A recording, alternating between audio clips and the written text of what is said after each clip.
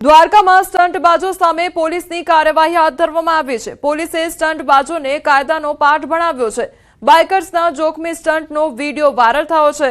તો video viral થતા police action મોડમાં આવી ગઈ હતી। પોલીસે ખાસ ડ્રાઈવ ચલાવી 15 વાહનો ડિટેન કર્યા હતા। દસ્તાવેજો રજૂ ન કરનાર ચાલકો સામે કાર્યવાહી કરવામાં આવી છે। તો કાર, રિક્ષા, બાઇક, સ્કૂટર સહિતના વાહનો ડિટેન કરવામાં આવ્યા છે। તો બાઇકર્સના સ્ટંટ સામે આવ્યા હતા અને તે અંગેનો વિડીયો વાયરલ થયો હતો। ત્યારબાદ પોલીસ એક્શન મોડમાં આવી ગઈ હતી અને તેમના દ્વારા જે વાહનો છે તે ડિટેન કરવામાં આવ્યા હતા અને વધુ કાર્યવાહી હાથ ધરવામાં આવી હતી। આ તમામ તસવીરો સામે આવી છે કે જેમાં એક તરફ બાઇક ચાલકો દ્વારા બાઇકર્સ દ્વારા સ્ટંટ કરવામાં આવી રહ્યા હતા।